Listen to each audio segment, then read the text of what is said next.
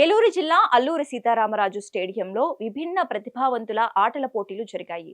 అంతర్జాతీయ స్థాయిలో నిర్వహించిన ఈ పోటీలకు ఎమ్మెల్యే బడేటి చంటి హాజరయ్యారు. జ్యోతి ప్రజ్వలనం చేసి జెండా ఊపి ఆటల పోటీలను ప్రారంభించారు. ఈ ఆటల పోటీలకు సంబంధించి జిల్లాకు 4 లక్షల రూపాయలను ప్రభుత్వం కేటాయించింది.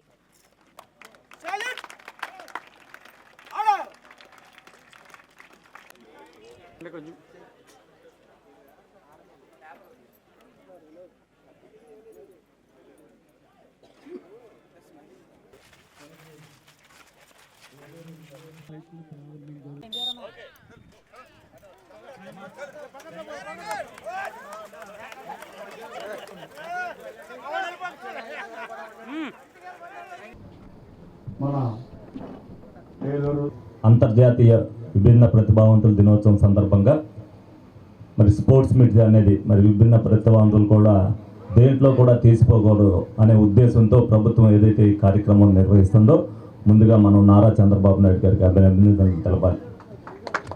ప్రతి విషయంలో కూడా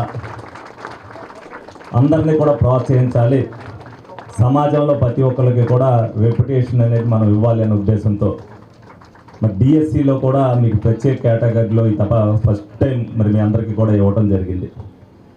అలాగే ఏ విషయంలో అయినా సరే ఇదివరకు ప్రభుత్వం వచ్చినప్పుడు 5 సంవత్సరాల్లో ఏ వ్యవస్థని కూడా సరిగ్గా పట్టించుకోవాలి.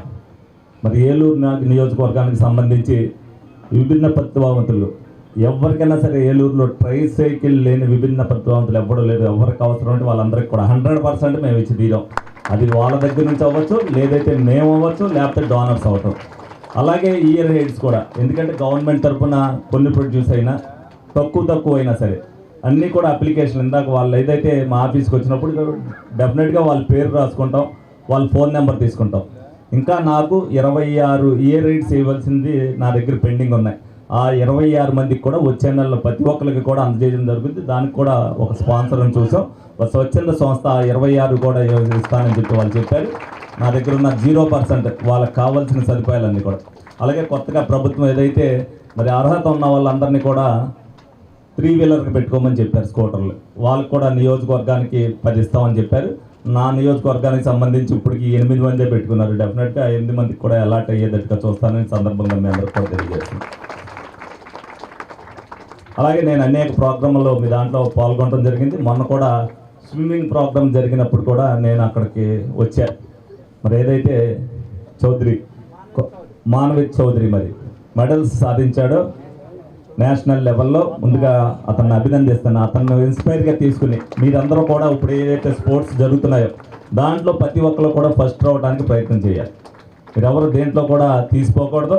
మీరు అందరూ కూడా సోషల్ మీడియా చూస్తుంటారు, అన్నీ కూడా మీరు బయట టీవీలో చూసే దాంట్లో మనం ఏంటి ఇలా పరిగెత్తలేకపోయాం, మనకు ఆటలు లేవా అనేది మీరు అనుకోకూడదు ఉద్దేశంతో మీకు ఒక ఇన్స్పిరేషన్ కల్పించడానికి. అలాగే మీ ప్రోగ్రాంలో కూడా నిజంగా నా షెడ్యూల్లో ఈ ప్రోగ్రాం నేను వచ్చినప్పుడు ఏడీ గారు రావడానికి ఇబ్బంది అన్నా, కానీ ఏదైతే జాయింట్ కలెక్టర్ గారు రావట్లేదని తెలిసిన తర్వాత ఎవరో రాకపోతే మీరు నిరుత్సాహపడతారనే ఉద్దేశంతో నేను పని ఆలస్యమైనా పర్లేదని చెప్పి ఇక్కడ రావడం జరిగింది.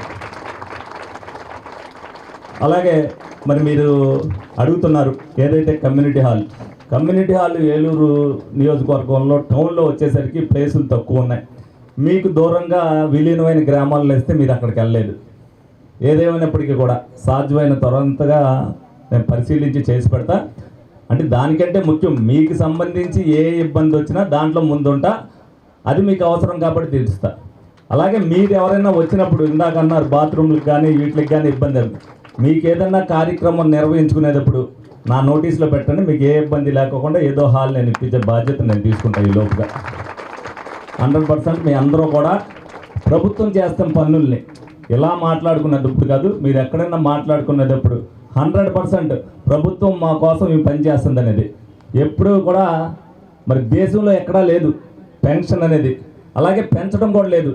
3000 చేసింది పెన్షను చంద్రబాబు నాయుడు గారు, 6000 చేసింది పెన్షను చంద్రబాబు నాయుడు గారు.